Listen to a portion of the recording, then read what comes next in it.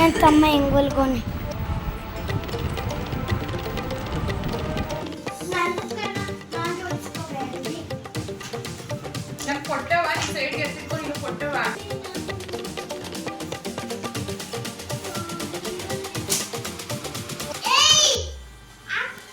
ಗೊಂಬೆನ ಬಿಡಿಸ್ಬಿಟ್ಟ ಇವನು ಅಯ್ಯಯ್ಯೋ ನನ್ನ ಪಾಪ ಬಿಡಿಸ್ಬಿಟ್ಟು ಪಾಪುಗೆ ಜಾಣ ಕಣಪ್ಪ ನಾನು ನಿಂಗೆ ಚಾಕ್ಲೇಟ್ ಕೊಡ್ತೀನಿ ಕಣಪ್ಪ ನೀನು ಅಲಾಂಟಿ ಚಾಕ್ಲೇಟ್ ತಂದು ಕೊಟ್ರೆ ಈಗ ನಾವೆಲ್ಲ ಬಾಳೆಹಣ್ಣು ತಿನ್ಬಿಟ್ಟು ಸಿಪ್ಪಿ ಆಡ್ಗಾಕ್ತಿವಲ್ವಾ ಲಾಲಿಪಾಪ್ ತಿನ್ಬಿಟ್ಟು ಲಾಲಿಪಾಪ್ ಸಿಪ್ಪಿ ಆಡ್ಗಾಕ್ತಾಳೆ. Hi everyone, welcome back to my channel. Friends, ನೀವೆಲ್ಲ ಈ ವಿಡಿಯೋದಲ್ಲಿ ನೋಡ್ತಾ ಇರ್ಬೋದು ಏನಪ್ಪ ಬುಕ್ಸ್ ಎಲ್ಲ ಹಿಂಗೆ ಹರಡ್ಸ್ಕೊಂಡು ಕೂತಿದ್ದಾರೆ ಈ ರೀತಿ ಕಸ ಅಂಟ್ಕೊಂಡು ಅಂತ ನೀವು ನೋಡ್ತಾ ಇರ್ಬೋದು. ಸೊ ಇದೆಲ್ಲ ನಾನು ಕಾಲೇಜ್ ಲೈಫಲ್ಲಿ ಸ್ಕೂಲ್ ಲೈಫಲ್ಲಿ ಓದಿದಂಥ ಬುಕ್ಸ್ಗಳು. ಸುಮಾರು ಬುಕ್ಸ್ಗಳನ್ನ ಅಪ್ಪ ಬುಕ್ ಹೌಸಲ್ಲಿ ತಂದುಕೊಡ್ತಿದ್ರು. ಜನರಲ್ ನಾಲೆಡ್ಜ್ ಬುಕ್ಸ್ಗಳೆಲ್ಲ ನನ್ನ ಮಗಳು ಓದಲಿ, ಒಂದು ಗೌರ್ಮೆಂಟ್ ಕೆಲಸ ತಗೊಳ್ಳಿ, ಬುದ್ಧಿವಂತೆ ಆಗಲಿ ಅಂತ ಎಲ್ಲ ಪೇರೆಂಟ್ಸ್ ಕನ್ಸರ್ನ್ ಇದೇ ಆಗಿರುತ್ತಲ್ವ. ಬುಕ್ಸೆಲ್ಲ ನನಗೆ ಎತ್ತಿಟ್ಬಿಟ್ಟಿದೆ. ಮದುವೆ ಆದಮೇಲಂತೂ ನನಗಂತೂ ಓದೋ ಇಂಟ್ರೆಸ್ಟೇ ಹೊರಟೋಗಿತ್ತು. ಇತ್ತೀಚೆಗೆ ಒಂದು 4-5 ಇಯರ್ಸಿಂದ ನನಗೂ ಯಾಕೋ ಗೊತ್ತಿಲ್ಲ, ನನ್ನ ಕಾಲ ಮೇಲೆ ನಾನು ನಿಂತ್ಕೋಬೇಕು, ನಮ್ಮಪ್ಪ ಅಷ್ಟು ಕಷ್ಟಪಟ್ಟು ಓದಿಸಿದ್ದಾರೆ, ನಾನು ಯಾಕೆ ಎಲ್ಲನೂ ಬುತ್ತಿ ಕಟ್ಟಿ ಮೇಲೆ ಕೆತ್ತಿಟ್ಟೆ ಅನ್ನೋದು ನನಗೆ ಒಂದು ಪ್ರಶ್ನೆ ಆಗ್ಬಿಟ್ಟಿತ್ತು. ಇತ್ತೀಚೆಗಂತೂ ತುಂಬಾ ಮಾನಸಿಕ ಹಿಂಸೆ ಆಯ್ತಿತ್ತು. ಹಾಗಾಗಿ ನಾನು ಇವಾಗ ಕೆಲಸಕ್ಕೆ ಹೋಗ್ತಿದ್ದೆ, ಅಲ್ಲಿ ತುಂಬ ಚೆನ್ನಾಗಿತ್ತು. ಆದರೆ ನಮಗೂ ಒಂದು ಗೌರ್ಮೆಂಟ್ ಕೆಲಸ ಆಗಬೇಕು ಅಂತ ಎಲ್ಲರಿಗೂ ಇಷ್ಟ ಇರುತ್ತಲ್ವ. ಸೊ ನನಗೂ ಕೂಡ ಹೌದು. ಹಾಗಾಗಿ ಓದ್ಕೋಬೇಕು ಅಂತೇಳಿ ನಾನು ಒಂದಷ್ಟು ಬುಕ್ಸ್ಗಳನ್ನ ಕಲೆಕ್ಟ್ ಮಾಡಿ ಇಟ್ಟಿದ್ದೆ. ನಾನು ಕಾಲೇಜು ಓದಬೇಕಾದ್ರೇ ಎಲ್ಲ ಮೂಟೆ ಕಟ್ಟಿ ಸಜ್ಜದ ಮೇಲೆ ಹಾಕ್ಬಿಟ್ಟಿದ್ದೆ ಮದುವೆ ಆದಮೇಲೆ. ಸೊ ಹಾಗಾಗಿ ಸುಮ್ಮನೆ ದುಡ್ಡು ಕೊಟ್ಟು ತಗೊಳ್ಳೋದ್ರ ಬದಲು ನನ್ನ ಹತ್ರ ಹಿಸ್ಟ್ರಿ ಬುಕ್ಗಳು ಮತ್ತು ಮ್ಯಾಥ್ಸ್ಗೆ ಸಂಬಂಧಪಟ್ಟಿದ್ದು, ಸೈಕಾಲಜಿಗೆ ಸಂಬಂಧಪಟ್ಟಿದ್ದು ಬುಕ್ಸ್ ಎಲ್ಲ ನನ್ನ ಹತ್ರ ಆಲ್ರೆಡಿ ತುಂಬ ಚೆನ್ನಾಗಿ ಆಥರ್ಗಳು ಬರೆದಿರೋವಂಥ ಬುಕ್ಸ್ಗಳಿದ್ದು. ಹಾಗಾಗಿ ಈಗ ಊರಿಗೆ ಹೋಗಿದ್ದೀನಲ್ವ ಸಮ್ಮರ್ ಡೇಸ್ಗೆ, ಎಲ್ಲನೂ ಕೆಳಗಡೆ ಇಳಿಸ್ಕೊಂಡು ತೆಗಿತಾ ಇದ್ದೀನಿ. ಇಲ್ಲಿ ನೋಡಿ, ಈ ಮಾರಾಯರನ್ನ ಮೇಂಟೈನ್ ಮಾಡೋದು ತುಂಬ ಕಷ್ಟ.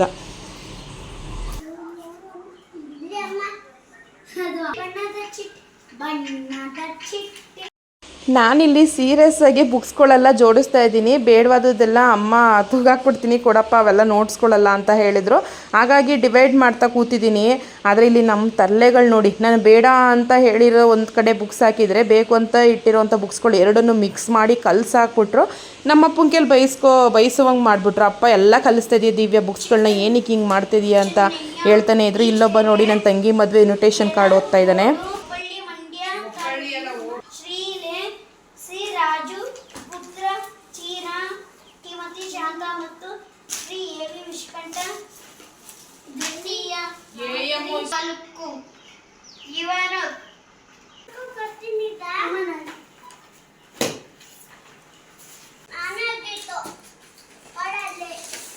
ನನಗಂತೂ ಇಲ್ಲಿ ಸ್ಕೂಲ್ ಲೈಫಲ್ಲಿ, ಕಾಲೇಜ್ ಲೈಫಲ್ಲೆಲ್ಲ ಫ್ರೆಂಡ್ಸ್ಗಳು ಆಟೋಗ್ರಾಫಿ ಬರ್ಸ್ಕೊಂಡಿದ್ವಿ. ಅದನ್ನೆಲ್ಲ ನೋಡಿಕೊಂಡು ತುಂಬ ಖುಷಿಪಟ್ಟೆ. ಒಂದಷ್ಟೊತ್ತು ಒಂಥರ ಕೂಲಾಗಿ ಕೂತ್ಕೊಂಡು ನಿಧಾನವಾಗಿ ಎಲ್ಲ ಓದಿದೆ. ನೋಡಿ, ಒಂದು ನನಗೆ ಬೇಕಾಗಿರುವಂಥ ಬುಕ್ಸ್ ಎಲ್ಲ ಒಂದು ಗೋಡೆ ಬೀರ್ಗೆಲ್ಲ ಸ್ಟೋರೇಜ್ ಮಾಡಿ ಇಟ್ಟಿದ್ದೀನಿ. ಇನ್ನೊಂದು ಸರಿ ಬಂದಾಗೆಲ್ಲ ತೊಗೊಂಡೋಗ್ತೀನಿ ಅಂತ ಒಂದಷ್ಟು ಬುಕ್ನ ನಾವು ಮನೆಯವ್ರ ಕೈಲಿ ಕೊಟ್ಟು ಕಳಿಸ್ತೆ ನರಸೀಪುರಕ್ಕೆ. ಸೊ ಸಂಜೆ ಬುಕ್ಸ್ ಎಲ್ಲ ಜೋಡಿಸಾಯಿತು. ಸಂಜೆ ಒಂದು ಸ್ಪೆಷಲಾಗಿ ಸ್ವೀಟ್ ಮಾಡೋಣ ಅಂದ್ಕೊಂಡು ಮಾಡ್ತಾಯಿದ್ದೀನಿ. ನಮ್ಮ ಮನೇಲಿ ಕಾಯಿ ತುಂಬ ಜಾಸ್ತಿ ಇತ್ತು. ಊರೆಲ್ಲ ಹಬ್ಬ ಆಯಿತು, ಹಾಗಾಗಿ ಕಾಯಿ ಒಳಗಳೆಲ್ಲ ಇತ್ತು. ಅಮ್ಮ ಏನಾದರೂ ಸ್ವೀಟ್ ಮಾಡೋಣ ಅಂದರು. ಅದಕ್ಕೋಸ್ಕರ ಅಮ್ಮ ಸಿಂಪಲಾಗಿ ಏನಾದರೂ ಸ್ವೀಟ್ ಮಾಡೋಣ, ಇದಕ್ಕೆ ಎಣ್ಣೆ ಮತ್ತು ತುಪ್ಪ ಏನು ಯೂಸ್ ಮಾಡ್ದೇ ಸ್ವೀಟ್ ಮಾಡೋಣ ಅಮ್ಮ, ಮಕ್ಳಿಗೂ ಒಳ್ಳೆಯದು ಅಂತೇಳಿ ಇವಾಗ ನಾನು ಮಾಡ್ತಾಯಿದ್ದೀನಿ. ಸೊ ಈ ಸ್ವೀಟ್ನು ಕೂಡ ಸಿಂಪಲಾಗಿ ಹೇಗೆ ಮಾಡೋದು ಅಂತ ಹೇಳ್ತೀನಿ. ನಾನು 1 ಕಪ್ಪಷ್ಟು ಬೆಲ್ಲ ತೊಗೊಂಡಿದ್ದೀನಿ. ಬೆಲ್ಲನ 1 ಕಪ್ಪು ಬೆಲ್ಲ ತಗೊಂಡ್ರೆ 1 ಕಪ್ಪು ನೀರು ತೊಗೋಬೇಕು. ಸೊ ಇದು ಚೆನ್ನಾಗೇ ಕರಗಬೇಕು. ಇದು ಏನೋ ಅಂಟಂಟು ಥರ ಏನೋ ಬರೋದು ಬೇಡ, ಕರಗಿದ್ರೆ ಸಾಕು. ನಾನು ಪೂರ್ತಿ ಒಂದು ಕಾಯಿ ತಗೊಂಡಿದ್ದೆ. ಅದನ್ನು ರುಬ್ಬಿ ನೀರು ಹಾಕಿ ಚೆನ್ನಾಗಿ ರುಬ್ಬಿಟ್ಟು ಅದರ ಕಾಯಲ್ಲಿ ಮಾತ್ರ ತೊಗೋಬೇಕು. ಅಷ್ಟನ್ನು ಇಟ್ಕೊಂಡು ರೆಡಿ ಮಾಡಿ ಇಟ್ಕೊಂಡು ಇಲ್ಲಿ ನಾನು ನೀರು ಹಾಕಿ ತೊಳಿತಾ ಇದ್ದೀನಿ. ನೋಡಿ, ಅವಲಕ್ಕಿ ಪೌಡರು, ಅವಲಕ್ಕಿನ ಗ್ರೈಂಡ್ ಮಾಡಿಕೊಂಡು ನೀರು ಹಾಕಿ ತೊಳಿರಿ. ಅವಲಕ್ಕಿಲಿರೋ ಡಸ್ಟ್ ಎಲ್ಲ ಹೊರಟೋಗುತ್ತೆ. ಫಸ್ಟ್ ಹಾಕಿ ರುಬ್ತೀನಿ ಅಂದರೆ ಅದಷ್ಟು ಚೆನ್ನಾಗಿ ಬರಲ್ಲ. ಹಾಗಾಗಿ ಪೌಡರ್ ಮಾಡಿಕೊಂಡು ನೀರಲ್ಲಿ ಚೆನ್ನಾಗಿ ತೊಳೆದ್ಬಿಟ್ಟು ಇವಾಗ ನಾನು ಕಾಯಿ ಹಾಲನ್ನ ರೆಡಿ ಮಾಡಿ ಇಟ್ಕೊಂಡಿದ್ದೆ ಅಲ್ವಾ, ಅದರೊಳಗಡೆ ಹಾಕ್ತಾಯಿದ್ದೀನಿ. ತುಂಬ ಅಂದರೆ ತುಂಬ ಸಿಂಪಲ್ಲು. ಇದೊಂಥರ ಕ್ರೀಮಿ ಮೈಸೂರು ಪಾಕ್ ಬರುತ್ತೆ. ನೀವು ಮೈಸೂರಲ್ಲಿ ತೊಗೊಂಡಿದ್ದಾರೆ ಇಲ್ವೋ ಗೊತ್ತಿಲ್ಲ. ನಾನು ಒಂದೊಂದು ಸಾರಿ ಕ್ರೀಮಿ ಮೈಸೂರು ಪಾಕ್ ತರಿಸ್ತೀನಿ ಮೈಸೂರಲ್ಲಿ. ಆದರೆ ಅದು ಪ್ಯಾಕೆಟಲ್ಲಿ ಬರುತ್ತೆ, ಕ್ರೀಮ್ ಥರ ಬರುತ್ತೆ. ಸ್ಪೂನಲ್ಲಿ ಎತ್ಕೊಂಡು ತಿಂತಿದ್ರೆ ಸಕ್ಕತ್ತಾಗಿರುತ್ತೆ. ಅದೇ ಫ್ಲೇವರು ಇದನ್ನು ಕೂಡ ಸ್ಪೂನಲ್ಲಿ ಎತ್ಕೊಂಡು ತಿನ್ಬೋದು, ಅಷ್ಟು ಚೆನ್ನಾಗಾಗಿತ್ತು. ಸೊ ಹಾಗಾಗಿ ನಾನು ಕಾಯಿ ಹಾಲು ಒಳಗಡೆ ಅವಲಕ್ಕಿ ಪೌಡರ್ ಮಾಡಿಟ್ಕೊಂಡಿದ್ನಲ್ಲ, ತೊಳೆದಿದ್ದನ್ನು ಹಾಕಿ ನೀಟಾಗಿ ಮಿಕ್ಸ್ ಮಾಡಿಕೊಂಡೆ. ಈಗ ಬೆಲ್ಲ ಎಲ್ಲ ಕರಗಿದೆ, ನೀವು ಇಲ್ಲಿ ನೋಡ್ತಾ ಇರ್ಬೋದು. ಬೊಬ್ಬಲ್ಸ್ ಎಲ್ಲ ತುಂಬ ಚೆನ್ನಾಗಿ ಬರ್ತೈತೆ. ಇವಾಗಂತೂ ಬೆಲ್ಲ ಫ್ಲೇವರ್ ಅಂತೂ ಇಷ್ಟು ಚೆನ್ನಾಗಿ ಬರುತ್ತೆ ಅಂದರೆ, ಬೆಲ್ಲದ ಮಿಠಾಯಿ ತಿಂತಾ ಇರ್ತೀವಲ್ಲ ಆ ಥರ ಮುಖಕ್ಕೆ ಬಂದು ಹೊಡಿತಾ ಇರುತ್ತೆ. ಬೆಲ್ಲದ ಪಾಕ ಸಕ್ಕತ್ತಾಗಿರುತ್ತೆ. ನಾನು ಮಿಕ್ಸ್ ಮಾಡ್ಕೊಂಡಿರೋಂಥ ಮಿಕ್ಸರ್ ಎಲ್ಲನೂ ಒಳಗಡೆ ಹಾಕಿ ಮಿಕ್ಸ್ ಮಾಡ್ತಾಯಿದ್ದೀನಿ. ಇದು ಆಟೋಮೆಟಿಕ್ಕಾಗಿ ಗಟ್ಟಿ ಬಂದುಬಿಡುತ್ತೆ, ಆದರೆ ಕೈ ಬಿಡಬಾರ್ದು, ಸುಮ್ಮನೆ ಕೈ ಆಡಿಸ್ತಾನೇ ಇರಬೇಕು, ಅದು ಗಟ್ಟಿ ಬರುತ್ತೆ. ಮತ್ತು ಇನ್ನೊಂದು ಇಂಪಾರ್ಟೆಂಟ್ ಅಂದರೆ ಲೋ ಫ್ಲೇಮ್ ಮಾಡ್ಕೊಳ್ಳಿ ಸ್ಟವ್ನ. ನಾನು ಇಂಡಕ್ಷನ್ ಸ್ಟವಲ್ಲಿ ಮಾಡ್ತಾಯಿದ್ದೀನಿ. ಅಮ್ಮನ ಮನೇಲೆ ಆದಷ್ಟು ಗೋಬರ್ ಗ್ಯಾಸು, ಇಂಡಕ್ಷನ್ ಸ್ಟವ್ ಜಾಸ್ತಿ ಯೂಸ್ ಮಾಡ್ತಾ ಇರ್ತೀವಿ. ಕರೆಂಟ್ ಇಲ್ಲ ಅಂದಾಗ, ಗೋಬರ್ ಗ್ಯಾಸ್ದು ಅದು ಗ್ಯಾಸೆಲ್ಲ ಖಾಲಿಯಾಗಿದೆ ಅಂದಾಗ ಮಾತ್ರ ನಾವು ಸಿಲಿಂಡ್ರ್ ಗ್ಯಾಸ್ನ ಇಟ್ಕೊಳ್ಳೋದು. ಸೊ ಕರೆಂಟ್ ಹೊಟ್ಟೋಯ್ತು, ಹಾಗಾಗಿ ನಾನು ಸಿಲಿಂಡರ್ ಗ್ಯಾಸಲ್ಲಿ ಇಟ್ಕೊಂಡಿದ್ದೀನಿ. ನೋಡಿ ಎಲ್ಲ ಬಬಲ್ಸ್ ಬರ್ತೈತೆ. ಇನ್ನೊಂದು 10 ಮಿನಿಟ್ಸ್ ಇದನ್ನು ಹಾಗೆ ಬಿಟ್ಬಿಟ್ರೆ ಸಾಕು, ಆಟೋಮೆಟಿಕ್ಕಾಗಿ ಇನ್ನೊಂದು ಸ್ವಲ್ಪ ಗಟ್ಟಿ ಬರಬೇಕು. ಮತ್ತು ಫ್ಲೇವರ್ ಕೂಡ ಬೇಯ್ತಾ ಫ್ಲೇವರೇ ಚೇಂಜ್ ಆಗುತ್ತೆ, ಅಷ್ಟು ತುಂಬ ಚೆನ್ನಾಗಿರುತ್ತೆ. ಸೊ ಹಾಗಾಗಿ ಸ್ವಲ್ಪ ಹೊತ್ತು ಬಿಡೋಣ ಅಂದ್ಕೊಂಡು ಲೋ ಫ್ಲೇಮಲ್ಲ ಇಟ್ಕೊಂಡು ಚೆನ್ನಾಗಿ ಮಿಕ್ಸ್ ಮಾಡ್ತಾಯಿದ್ದೀನಿ. ನೋಡಿ ಇನ್ನೊಂದು ಸ್ವಲ್ಪ ಗಟ್ಟಿ ಬರಲಿ. ಸೊ ನಮಗೆ ಇದು ತೆಳು ಅನಿಸುತ್ತೆ, ತಟ್ಟೆಗೆ ಹಾಕಿ ಒಂದು ಹಾಫ್ ಆನ್ ಅವರ್ ಬಿಟ್ಟರೆ ಸಾಕು, ತುಂಬ ಚೆನ್ನಾಗಿ ಗಟ್ಟಿ ಬರುತ್ತೆ. ನಿಮಗೆ ಯಾವ ಶೇಪ್ ಬೇಕೋ ಆ ಶೇಪ್ಗೆ ಕಟ್ ಮಾಡಿಕೊಂಡು ತಿನ್ಬೋದು. ಸೊ ನಾನಂತೂ ಮಿಠಾಯಿ ಶೇಪಲ್ಲಿ ಕಟ್ ಮಾಡಿಕೊಂಡು ಮಕ್ಕಳಿಗೆಲ್ಲ ಹಂಚ್ದೆ. ಸೊ ತುಂಬಾ ಚೆನ್ನಾಗಿತ್ತು. ನಮ್ಮ ಮನೇಲಿ 4 ಮಕ್ಕಳು, ನಮ್ಮ ಅಣ್ಣನ ಮನೇಲಿ 2 ಇದ್ದಾರೆ. ಯಾರಾದರೂ ಮನೆಗೆ ಮಕ್ಕಳು ಬರ್ತಾನೆ ಇರ್ತಾರೆ. ಹಳ್ಳಿ ಅಂದಮೇಲೆ ಖಾಲಿನೇ ಇರಲ್ಲ. ನಾವು ಯಾರಾದರೂ ಫ್ರೆಂಡ್ಗಳ ಮನೆಗೆ ಹೋಗೋದು, ರಿಲೇಷನ್ ಮನೆಗೆ ಹೋಗೋದು, ಅವ್ರು ನಮ್ಮ ಮನೆಗೆ ಬರೋದು.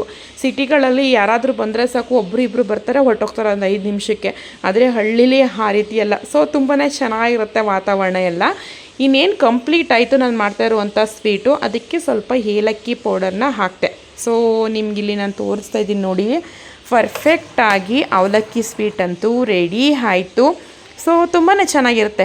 ಇದಕ್ಕೆ ನಾನು ಆರ್ಗಾನಿಕ್ ಬೆಲ್ಲ ಹಾಕಿದರೆ ಇನ್ನೂ ಕಲರ್ ಬರೋದು. ಆರ್ಗಾನಿಕ್ ಬೆಲ್ಲ ಹಾಕಿಲ್ಲ, ಅಚ್ಚು ಬೆಲ್ಲ ಸಿಗುತ್ತಲ್ಲ ನೋಡಿ, 10 ರೂಪೀಸ್ದು, ಆ ಥರ ಬೆಲ್ಲನ ಹಾಕಿರೋದ್ರಿಂದ ಕಲರು ಆ ರೀತಿಯೇ ಉಳ್ಕೊಂಡಿದೆ.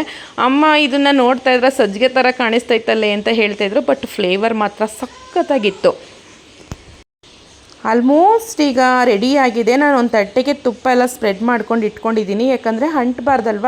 ತುಪ್ಪ ಹಾಕಿಲ್ಲ ಅಂದರೂ ನಡೆಯುತ್ತೆ, ನನಗೆ ಸ್ವಲ್ಪ ಭಯ, ಅಂಟ್ಬಿಟ್ರೆ ಕಷ್ಟ ಆಗುತ್ತೆ. ಯಾಕಂದರೆ ಬೇರೆಯವ್ರು ಹಾಡ್ಕೋತಾರೋ ಇಲ್ವೋ, ನಮ್ಮ ಮಕ್ಳುಗಳು ಇದ್ದಾರಲ್ಲ ನಮ್ಮ ಮನೇಲಿ, ಅಯ್ಯೋ ದೊಡ್ಡಮ್ಮ ಸ್ವೀಟೆಲ್ಲ ಹಾಳಾಗೋಯ್ತು, ಇದು ನೀ ಸ್ವೀಟ್ ಗೊತ್ತಿಲ್ಲ ನಿನಗೆ, ಅದಕ್ಕೆ ಹಿಂಗೆ ಮಾಡಿದ್ಯಾ ಅಂತ ಆಡ್ಕೊಬಿಡ್ತಾರೆ. ಹಾಗಾಗಿ ಅದು ಚೆನ್ನಾಗಿ ತಟ್ಟೆ ಬಿಟ್ಟು ಬರಲಿ ಕಟ್ ಮಾಡಬೇಕಾದ್ರೆ ಅಂತ ಸ್ವಲ್ಪ ತುಪ್ಪನ ಸ್ಪ್ರೆಡ್ ಮಾಡಿದೆ. ಸೊ ನೀವು ಇಲ್ಲಿ ನೋಡ್ತಾ ಇರ್ಬೋದು, ಒಂದು ಹಾಫ್ ಆನ್ ಅವರ್ ಬಿಟ್ಟು ಮಕ್ಕಳಿಗೆಲ್ಲ ಕಟ್ ಮಾಡಿಕೊಟ್ಟೆ. ಸೊ ತುಂಬಾ ಚೆನ್ನಾಗಿತ್ತು, ನೋಡಿದ್ರಲ್ವ. ಇದನ್ನು ಒಂದು ಬೌಲ್ಗೆ ಹಾಕಿ ಸ್ಪೂನಲ್ಲೂ ಕೂಡ ಎತ್ಕೊಂಡು ತಿನ್ಬೋದು, ಅಷ್ಟು ಚೆನ್ನಾಗಿತ್ತು. ನಾನು ಸ್ವಲ್ಪ ಮಕ್ಕಳಿಗೆ ಬಟ್ಲಿಗೆ ಹಾಕಿ ಕೊಟ್ಟಿದ್ದೆ ತಿನ್ನಿ ಅಂತೇಳಿ, ತುಂಬ ಎಂಜಾಯ್ ಮಾಡಿದ್ರು. ಪೀಸಸ್ ಬೇಡ, ಹಿಂಗೆ ಚೆನ್ನಾಗಿರುತ್ತೆ ಅಂತಲೇ ಹೇಳಿದ್ರು. ಬಟ್ ಪೀಸಸ್ ಆದರೆ ಸ್ವಲ್ಪ ದಿನ ಇಟ್ಕೊಂಡು ಮಕ್ಕಳಿಗೆ ಟೈಮ್ ಪಾಸ್ಗೆ ಆಟ ಆಡಬೇಕಾದ್ರೆ ಕೊಡ್ಬೋದಲ್ವಾ ಅಂತ ಹೇಳಿ ನಾನು ಪೀಸಸ್ಸೇ ಮಾಡಿದೆ, ಈಸಿಯಾಗುತ್ತೆ ಅಂತೇಳಿ. ನಮ್ಮ ಅಜ್ಜಳಿಲಂತೂ ಸ್ವೀಟನ್ನ ಯಾರೂ ಇಷ್ಟಪಡಲ್ಲ. ಓಕೆ, ಯಾವಾಗಲಾದರೂ ಒಂದೊಂದು ಸಾರಿ ತಿಂತಾರೆ. ಹಾಗಾಗಿ ಫ್ರಿಜ್ಜಲ್ಲಿ ಇಟ್ಕೊಂಡು ಒಂದು ಡಬ್ಬದಲ್ಲಿ, ಅಂದರೆ ಟೈಟ್ ಕಂಟೈನರಲ್ಲಿ ಇಟ್ಕೊಂಡು ಯಾವಾಗಲಾದರೂ ಒಂದೊಂದು ಸ್ವೀಟ್ ತಿನ್ನಿ ಅಂತೇಳಿ ಮಾಡಿಕೊಟ್ಟೆ. ಯಾಕಂದರೆ ನಾನು ಈ ಸ್ವೀಟ್ ಮಾಡಿದ್ದು ಒಂದು 3 ದಿನಕ್ಕೆ ನಾನು ಊರಿಗೆ ಬಂದುಬಿಟ್ಟೆ. ಹಾಗಾಗಿ ನಾವು ಸ್ವೀಟ್ ತಿಂದಿಲ್ಲ. ಹೆಚ್ಚಾಗಿ ನಮ್ಮ ಅಮ್ಮನ ಮನೆಗೆ ಹೋದರೆ ನಾವು ಸ್ವೀಟ್ ತಿನ್ನಲ್ಲ.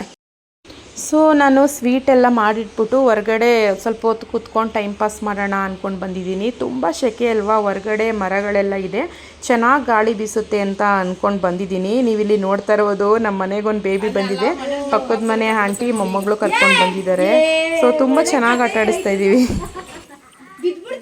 ನಿನ್ನೆ ಸ್ಕೂಟರ್ ಮೇಲೆ ಗಾಡಿನ ಗೊಂಬೆನ ಬೀಳಿಸ್ಬಿಟ್ಟು ಇವನು, ಅಯ್ಯಯ್ಯೋ ನನ್ನ ಪಾಪ ಬೀಳಿಸ್ಬಿಟ್ಟು, ನನ್ನ ಪಾಪ ಹೋಯ್ತಪ್ಪ ನಿನ್ ಪಾಪುಗೆ.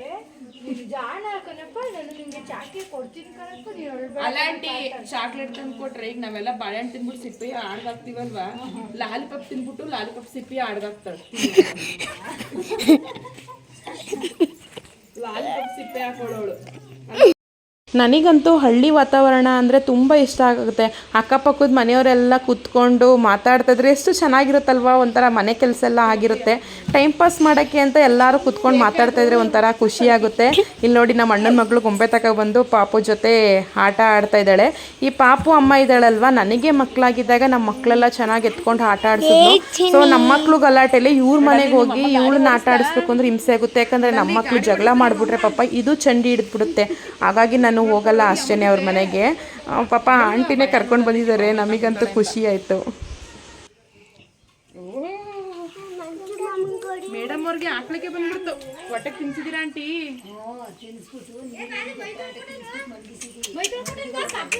ಓಯ್ ಪುನರ್ವಿ, ಕಪ್ರಿ ಪುನರ್ವಿ ನಮ್ ಚೈತು ನಂಗೆ ಆಮೇಲೆ ಸರೈತಾಳೆ ಆಂಟಿ. ಬೆಳಿತ ಮೂಗ್ ಸರೈತದೆ. ನನ್ನ ಪಕ್ಕ ಕೂತಿದ್ದಾಳಲ್ಲ ನಮ್ಮ ಅಣ್ಣನ ಮಗಳು, ಅವಳಂತೂ ಸಖತ್ ಆ್ಯಕ್ಟಿವ್ ಗರ್ಲ್ ಅವಳು. ನಾವೆಲ್ಲ ಹಣ್ಣು ತಿನ್ಬಿಟ್ಟು ಸಿಪ್ಪೆನ ಮೇಕೆಗೆ ಹಾಕಿದ್ರೆ ಅವಳು ಲಾಲಿಪಾಪ್ ತಿನ್ಬಿಟ್ಟು ಲಾಲಿಪಾಪ್ ಸಿಪ್ಪೆನ ಹಾಕ್ತಾಳೆ. ನೀವು ಹಣ್ಣು ಸಿಪ್ಪೆ ಎಲ್ಲ ಹಾಕಲ್ವಾ, ಹಂಗೆ ನಾನು ಸಿಪ್ಪೆ ಹಾಕ್ತೀನಿ ಅಂತ ಹೇಳ್ತಾಳೆ. ತುಂಬ ಖುಷಿಯಾಗುತ್ತೆ ಮಕ್ಕಳು ಮಾತಾಡೋದೆಲ್ಲ ಕೇಳಿಸ್ಕೊಂಡ್ರೆ. ಅಲ್ಲೇ ಗುಜ್ಜಿಯೇ ಬನ್ನು ಏನ್ರ ಗುಜ್ಜಿ ಎಲ್ಲ ಏನ್ರ ಗುಜ್ಜಿ ಅವ ಚಿನ್ನಲಿ ಏನ ತಗೊತಾಳೆ ಸುಮ್ನಿರ್ಲ ಏ ಪಾಪ.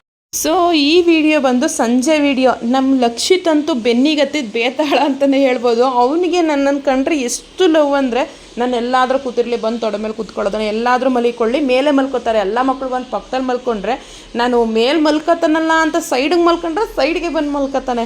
ಒಂಥರ ಖುಷಿಯಾಗುತ್ತೆ ಅವ್ರು ಮಲ್ಕೊಂಡಾಗ. ಅಯ್ಯೋ ಹಿಂಗೆ ಮಲ್ಕೊಂಡಲ್ಲಪ್ಪ ಕೈ ನೋವು ಅಂತೆಲ್ಲ ಅನ್ನೋಕ್ಕೆ ಆಗಲ್ಲ, ಯಾಕಂದ್ರೆ ಅಷ್ಟು ಖುಷಿ ಕೊಡ್ತಾನೆ ಅವನು. ಮುದ್ದು ಮಾಡೋದು ಅಮ್ಮ ಅಮ್ಮ ಅಂತೇಳಿ ಎಷ್ಟು ಖುಷಿಯಾಗುತ್ತೆ ಅಂದರೆ. ಬುಡಿ ನೀವು ಆಗ ನಮ್ಗೆ ಏನನ್ಸುತ್ತೆ ಅಂತಂದರೆ, ಈ ಮಕ್ಳುಗಳು ಈಗ ನಮ್ಮನ್ನು ಅಷ್ಟೊಂದು ಹಚ್ಕೊಂಡಿರ್ತಾರಲ್ಲ, ದೊಡ್ಡವರಾದ್ಮೇಲೂ ನಾವು ಹೇಳ್ದಂಗೆ ಕೇಳಿದ್ರೆ ಆಗಲ್ವಾ ಅಂತ ಅನಿಸುತ್ತೆ. ಸೊ ಆದರೆ ನಮ್ಮ ನೇಚರೆಲ್ಲ ಆ ರೀತಿ ಇಲ್ಲ. ಮಕ್ಕಳು ಬೆಳೀತಾ ಅವ್ರದ್ದೇ ಆದ ಬುದ್ಧಿಲಿ ಅವರು ಯೋಚನಾ ಶಕ್ತಿನೇ ಬೇರೆ ಆಗುತ್ತೆ. ಎಲ್ಲ ತಾಯಿಯಂದಿರು ಇಂಟೆನ್ಸ್ ಇರೋದು ಮಕ್ಕಳು ನಾವು ಹೇಳ್ದಂಗೆ ಕೇಳಲಿ ಅಂತ.